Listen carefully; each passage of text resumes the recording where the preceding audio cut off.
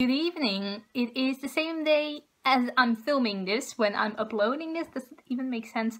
Anyway, hi guys, I'm Charlie or Charlie Bach Fanatic, and today I'm going to do my Slowathon wrap up. So the Slowathon went on from the 12th of September to the 18th of September, so it went from Monday to Sunday, and it was a readathon based all around immersing yourself in the books you read, reading slower than normally and actually absorbing what you're reading and not rushing through the books, which many booktubers do because they obviously need some content for their videos. At least I know I do that.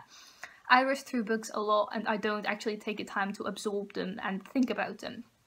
So I did that this week, and I'm actually still reading some of the books I started reading on Monday when this readathon started. So I've been reading them for a week and I'm actually really enjoying just slowing down for a bit. So the first book I want to talk about is actually a book I'm still reading, and it is one I am extremely excited about. I'm almost finished with it and it is an amazing book. It is called Rejected Princesses and it's coming out in December, I believe, and it's by Jason Porath. This is a collection of a lot of women throughout history who did some amazing things, and I think there are 97 women described in here, and most of them I have never heard of.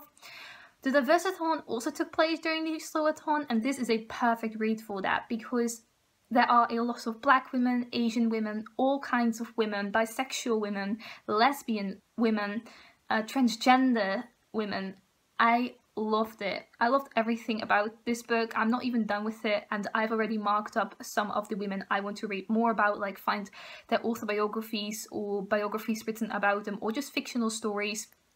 I honestly cannot wait to look up some of them because some of them have honestly amazing stories. I'm going to do a review of this book when I'm done with it and talk about some of the amazing women in this book because it has really surprised me. There is artwork in this book. Every single woman in this book has a cartoony style artwork that matches the things that happened during the period in which they were alive and matched the appearances that was written about them, and I think that is amazing. Like 97 women with artwork that is relevant to them as a person.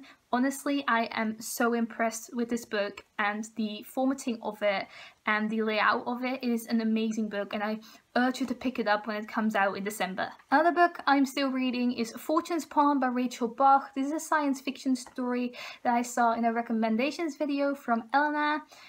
And I will link her channel down below because I really enjoyed the recommendations video. Someone asked for fantasy and science fiction recommendations, and this book was one of the science fiction recommendations she gave, and I added to my TBR and I started reading it basically immediately, and I do not regret it. I'm obviously not done with it, but this reminds me so much of The Long Way to a Small Angry Planet. But this one came out earlier, but is a space opera with different species, and it obviously talks about race, and it gives all of these backgrounds and all of these species and the world we are traveling through, and honestly I am really enjoying it. I'm enjoying getting to know all of the characters, and I obviously want to read the other two books in this series because I really like the main character and also the love interest and just how the plot is unfolding in general.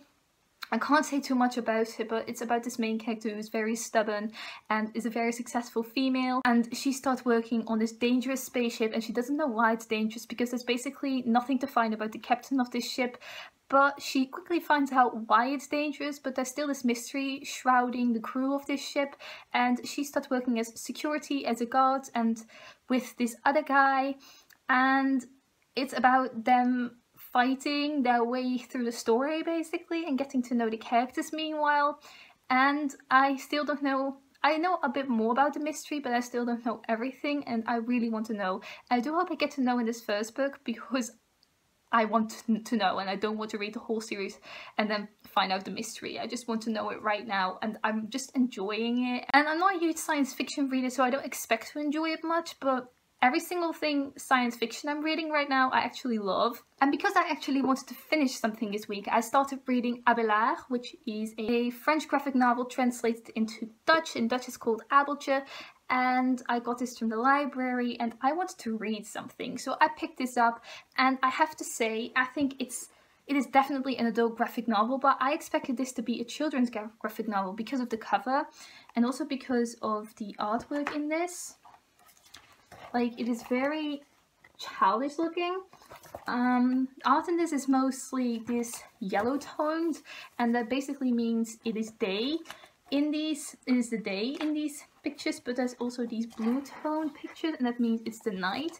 And I thought that was done really well, and the artwork was absolutely lovely. But this follows a chicken or a duck, I think it's a chicken, called Abélard, and he sets out to catch the moon to impress this girl called Apelia, and meanwhile he meets this bear called Gaston, or in Dutch Gert, and they set out to go to America and get to a plane and catch the moon and the stars for Apelia.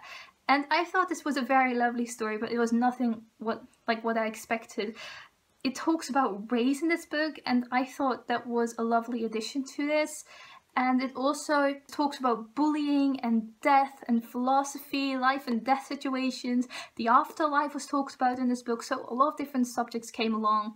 And I did like this, but I think I would have liked it more if I actually read it in French, which I could have done because I do know how to read in French and speak French, but they only had it in Dutch at my local library, and I didn't enjoy it as much because it was in Dutch, and I think it took some of the magic out of the story. But I still think this is recommendation worthy, and it is very short, so it is worth getting through for the artwork alone. I also finished another book during this week, and it is called Love Letters to the Dead by Ava Dellaira. And this follows a girl who lost her older sister, and she starts writing these letters to these dead people, these people who also died young, like Amy Winehouse, Heath Ledger, Janis Joplin.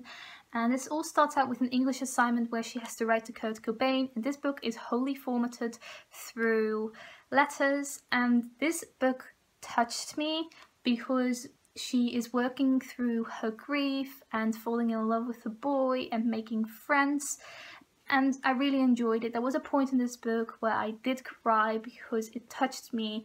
It has very lyrical writing, and I honestly did enjoy this one. I don't have much more to say about it, except for the fact that I didn't expect this to hurt me inside, basically, and it did. And then I read a non-fiction book called Get the Right Guy by Lerner, and I don't even want to talk about this book because it was a very short non-fiction book, and it was supposed to be a satire on how to get the right guy. So what do you have to do as a woman to get the right guy? And I didn't get that this was a satire, except from the fact that it was at the front of the book, but I didn't think this was funny at all. It was too short, which I didn't mind because I didn't like it a lot. But yeah, I'm very negative about this one. I rated it 1 star, and I honestly wouldn't recommend it. I just ended the video, and then I sat down, and I realised I forgot talking about a book. I also read The Lifeboat Clique by Kathy Parks, and this is a book about a girl who goes to a party that is hosted by her ex-best friend who hates her now, and then a tsunami hits the party and literally everyone drowns except for the girl and a couple other people who end up on a boat, and she obviously is stuck on this boat with her ex-best friend and the popular clique that doesn't like her, so they have to survive. And I think the author did good with the premise she had, because I thought it was kind of boring. These people were stuck on a boat for like the longest time, and there was nothing else on this boat. They were just talking about food and water and surviving for most of the book, and I didn't like that. I thought it was kind of boring, but I think the author did good with the story overall. The characters weren't particularly likable to me. I didn't feel any connection to... No, I felt a connection to one of the characters, but not really deeply or anything. I thought it was a fun story. I rated it 3 stars, but I didn't think it was anything special. So if the story sounds interesting to you, pick it up and give it a chance, but I wouldn't necessarily extremely recommend it to you or anything. So I read quite a bit during the Slowathon, but I can honestly say I did enjoy it. Let me know down below if you have participated in the Slowathon or any Diversathon, and what did you read during this week? I would love to know. Thank you for watching. Goodbye!